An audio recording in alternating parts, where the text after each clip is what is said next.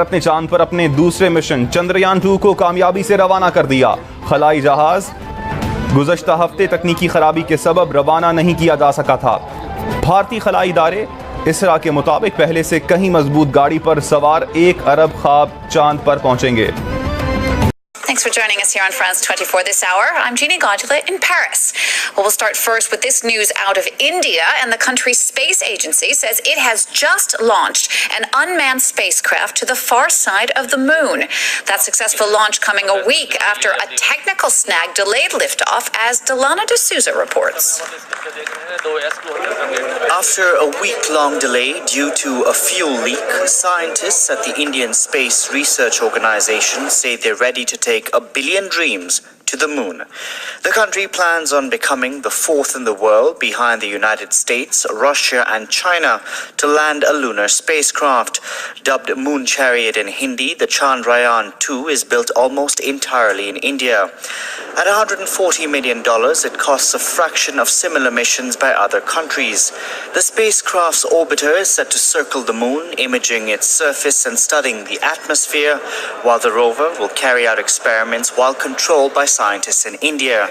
The country's space program is a source of immense national pride, and the Prime Minister has outlined an ambitious plan to send a crewed mission to space in the next 3 years. When we will have been independent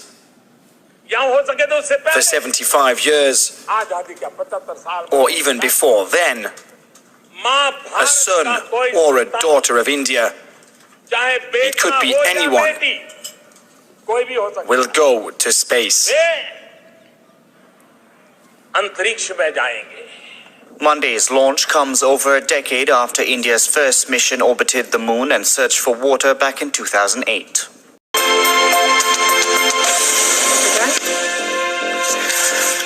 Welcome back to GMT. India is about to reattempt the launch of its second lunar mission, a week after it halted the scheduled blast-off due to a technical snag.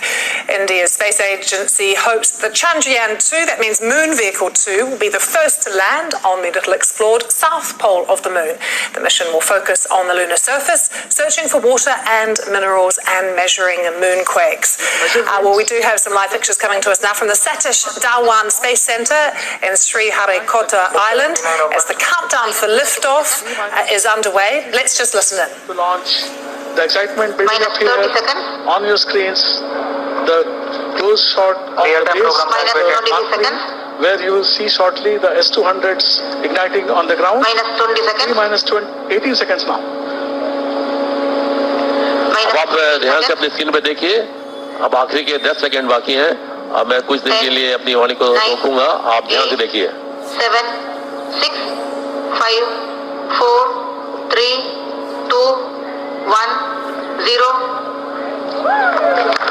इस समय आप अपने screen पे देख रहे हैं 2 S-200 rocket, दोनों का प्रज्वलन हो गया है और उससे 640 टन वाले भारतीय रॉकेट नौगन को ऊपर की ओर लेके जा रहे हैं।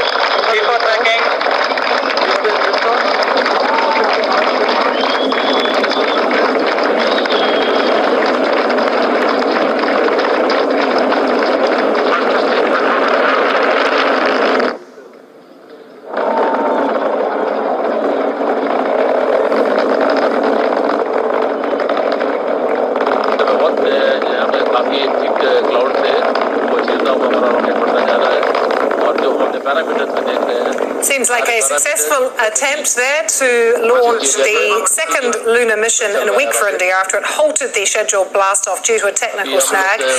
And India's space agency saying that the spacecraft will be taking 1 billion dreams to the moon, now stronger than ever before.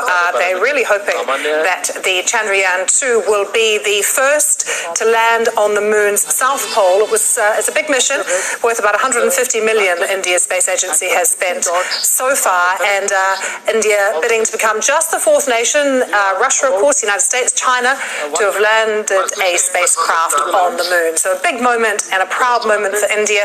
Thousands of people have gathered there at the launch site to witness this attempt.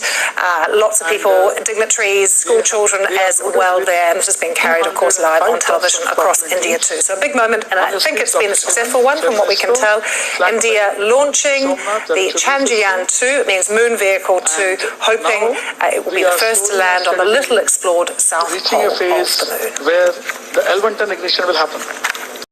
Okay, let's talk about this because India has launched its most ambitious space mission yet. New Delhi hopes the $145 million mission will be the first to land on the moon's south pole. The country's space chief said that his agency had bounced back with flying colours after the first attempt was aborted. Our business reporter, Nitin Srivastava, joins us now from Delhi. Hey, Nitin, good to have you with us. I was going to ask you how much it cost, but I just read. So $145 million. What does India hope to get out of this? Well, India's been talking about doing research, more research on the moon surface in terms of water, in terms of minerals, and also about moonquakes. And that's what the whole mission is all about. The Indian Space Agency has obviously had this success way back in 2008 when that was the first Indian mission to moon. Of course, the landing didn't take place, but then the all-important discovery of finding water on the moon surface happened then, and that this is a program which actually aims to take this forward. Indeed. So, Nitin, I'm going to have to ask you, because some people will be thinking about this. India, a country that lacks a lot of infrastructure, a country that has extreme poverty. I think more than 700 million Indians don't have access to a toilet. Really? Should they really be spending this sort of money on a space program? Well, this is something which has always been debated over here in the last 30, 40, 50 years. But there is another fact which says that Indian space program has by and large been considered fairly successful in the last 40, 50 years by Indians. The reason being it's been a homegrown, low-cost space research program. Suppose you compare it with the cost of the US space program. Say it was a few $1 billion in the late 1960s and 70s. This mission, which costs India 150 max US million dollars, is much lesser. And then India has been doing a lot of weather forecasting. This space programs have been used for better missile technology. So yes, this has largely been seen as a success story. Of course, there are some grey areas and there are issues which are of concern still. Indeed. Nitin Srivastava, short and sweet, but we appreciate your time. Thanks very much. So we'll talk to you soon. Thanks for joining us live from Delhi. DW News coming to you live from Berlin. India is off to the moon as the Chandrayaan-2 rocket successfully lifts off. 3, 2, 1, 0. The unmanned spacecraft. Hello and a very warm welcome to you. I'm Amrita Chima. India has successfully launched an unmanned spacecraft to the far side of the moon. The Chandrayaan-2 took off from the Satish Dhawan Space Center to cheers from thousands of onlookers. The launch had been delayed a week due to a technical glitch. The Chandrayaan-2 carries an orbiter, lander and rover. It will travel for 2 months before the lander, Vikram, touches down on the moon's surface near its south pole. A robotic rover, Pragyan, will then spend 14 days collecting a mineral and chemical samples for analysis. The mission is a major step for India's efforts to become a space superpower. Up to now, only the United States, Russia and China have landed spacecraft on the moon. Joining me now from Delhi is Rajeshwari Pillai Rajagopalan. She's the head of the Nuclear and Space Policy Initiative at the Observer Research Foundation. That's a think tank based in the Indian capital. Welcome, Rajeshwari. A big moment for India and its space program. What did you feel when you saw Chandrayaan-2 lift off today? No, I think this has been an exciting moment, not just for Isro, the Indian Space Research Organization, India as a whole, but also for the whole world. This has become such a prestigious moment because there has been a global attention ever since US President Trump came into office. He talked about going back to the moon. There have been other countries such as India, Russia, China and Japan who have been trying to go back to the moon. The moon mission, China has undertaken a couple of impressive measures there.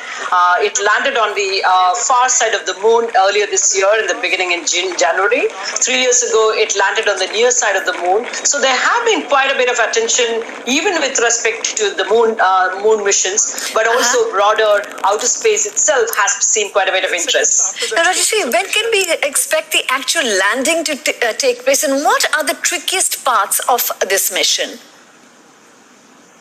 So the landing itself is going to take place about 45 days from now. So around the September 1st week, September 6th or 7th is slated to the period when actually Isro will land the Chandrayaan will land there. And then you have the trickiest or the terror hours of about when it can actually enter the lunar orbit. And I think that's going to be the most tricky part of the whole mission. This was a tricky mission in the first part. The Chandrayaan separates from the rocket itself. That has happened. Now it will be parked in the what you call the Earth's parking orbit, EPO. There it will do a couple of maneuvers for the next few weeks, and before it gets onto the lunar orbit. And I think that's going to be the next major mission, that is the major milestone for the mission in a sense. And of course, landing, the soft landing, because even the landing is very tricky, because even the landing, the place where to land will be decided only moments before it actually does the real landing. So it's a very complex and very difficult mission, and this is the most complex mission that India has undertaken for the first time, landing on a non-terrestrial surface.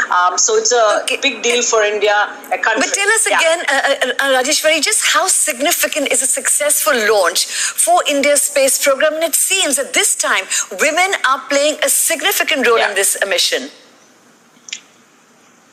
That is something that has been particularly attractive about the ISRO, the Indian Space Research Organization. ISRO has had a sizable number of women scientists who have led various projects, and in this regard, both the mission director as well as 4, 3, 2, 1. Oh, it seems we seem to have lost our connection to Delhi.